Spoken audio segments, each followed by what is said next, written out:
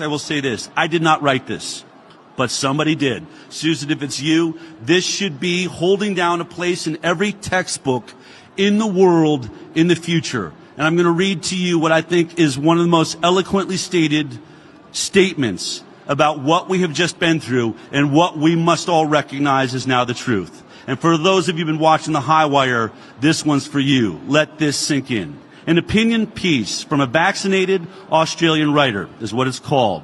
If COVID was a battlefield, it would still be warm with the bodies of the unvaccinated. Thankfully, the mandates are letting up and both sides of the war stumble back to the new normal. The unvaccinated are the heroes of the last 2 years, as they allowed us all to have a control group in the great experiment and highlight the shortcomings of the COVID vaccines.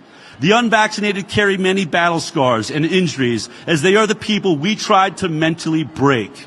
Yet no one wants to talk about what we did to them and what they forced the science to unveil.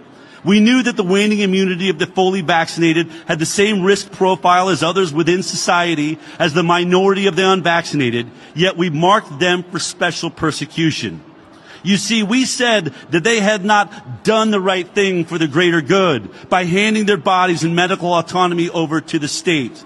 Many of the so-called health experts and political leaders in Australia admitted the goal was to make life almost unlivable for the unvaccinated, which was multiplied many times by the collective mob, with the fight taken into workplaces, friendships, and family gatherings. Today, the hard truth is none of it was justified as we took a quick slide from righteousness to absolute cruelty.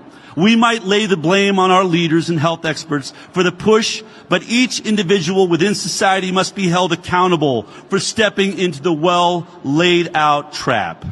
We did this despite knowing full well that principled opposition is priceless when it comes to what goes inside our bodies, and we let ourselves be tricked into believing that going into another ineffective lockdown would be the fault of the unvaccinated and not the fault of the toxic policy of ineffective vaccines. We took pleasure in scapegoating the unvaccinated because after months of engineered lockdowns by political leaders blinded by power, having someone to blame and turn to burn at the stake felt good.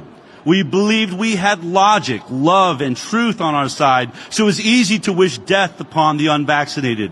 Those of us who ridiculed and mocked the non-compliant did it because we were embarrassed by their courage and principles and didn't think the unvaccinated would make it through unbroken.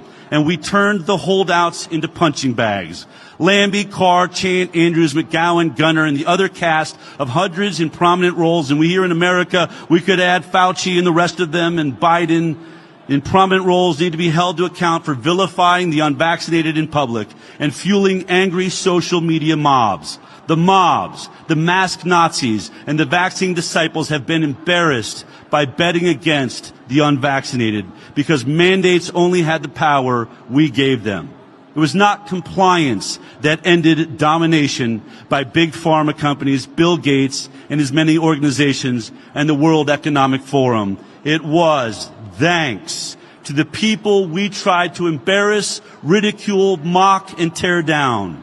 We should all try and find some inner gratitude for the unvaccinated as we took the bait by hating them because their perseverance and courage bought us the time to see we were wrong. So if mandates ever return for COVID or any other disease or virus, hopefully more of us will be awake and see the rising authoritarianism that has no concern for our well-being and is more about power and control.